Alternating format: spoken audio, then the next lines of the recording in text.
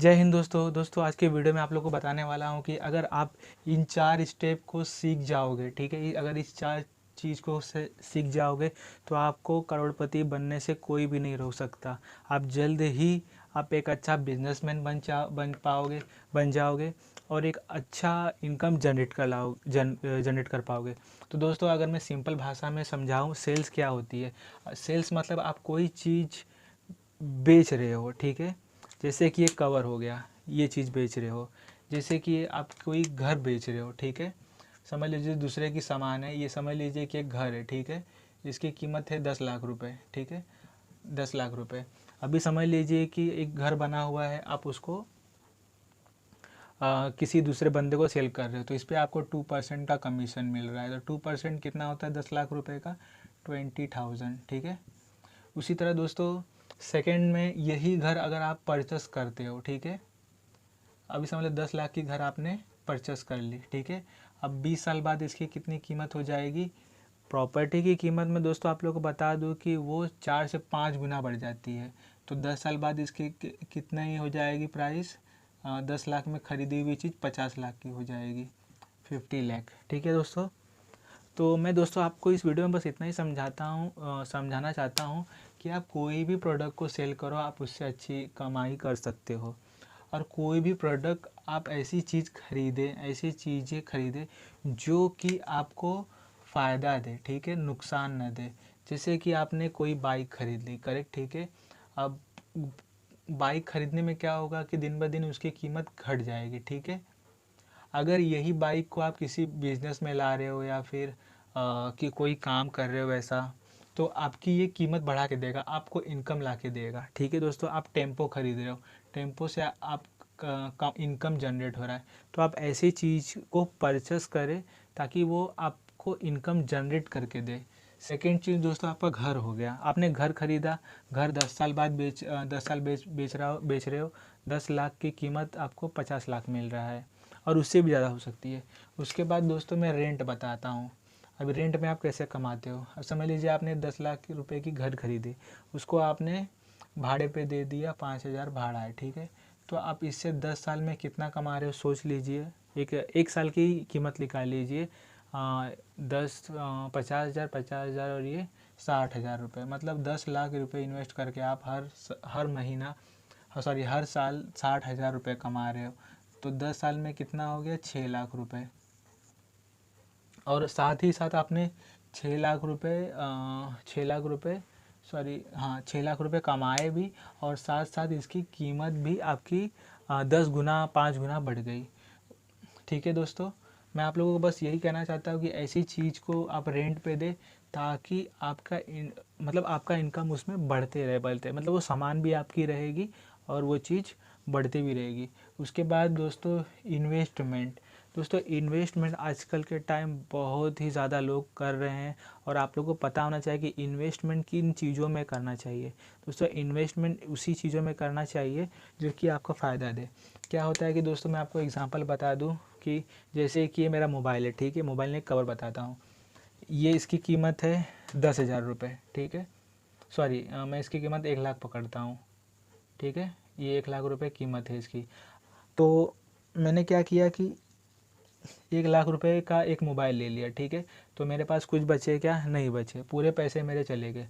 उसी 1 लाख में से अगर मैंने समझ लीजिए कि 30,000 का मोबाइल ले लिया, ठीक है, और बाकी 70,000 रुपये कहीं पे इन्वेस्टमेंट कर दिए, ठीक है।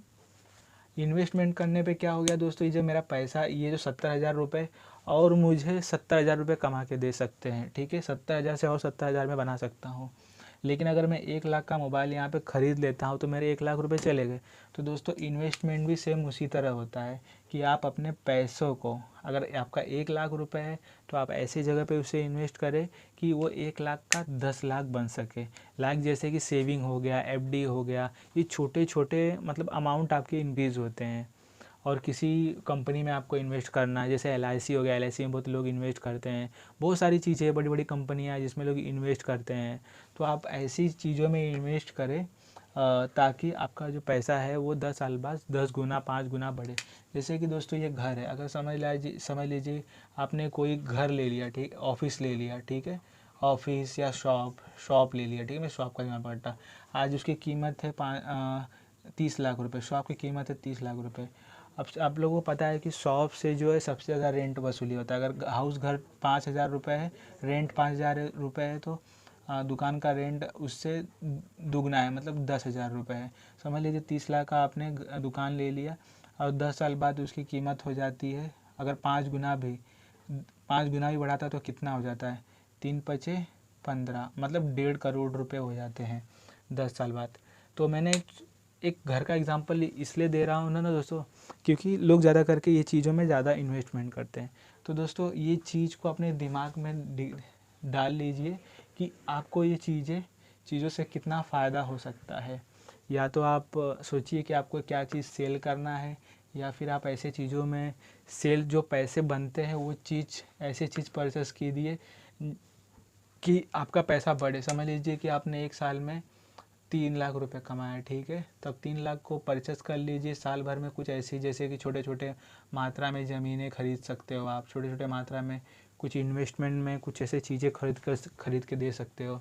उसके बाद दोस्तों, उसके बाद बहुत चीज़ें रेंट पे चढ़ती है, जैसे कि लाइक बाइक हो गया, फिर लाइक ओला उबेर हो गया, ठीक, सॉरी, ओला उबेर में जो गाड़ीज़ लगते हैं, जो भी गाड़ी लगते हैं आप उसको रेंट पे दे सकते हैं, कार बाइक को।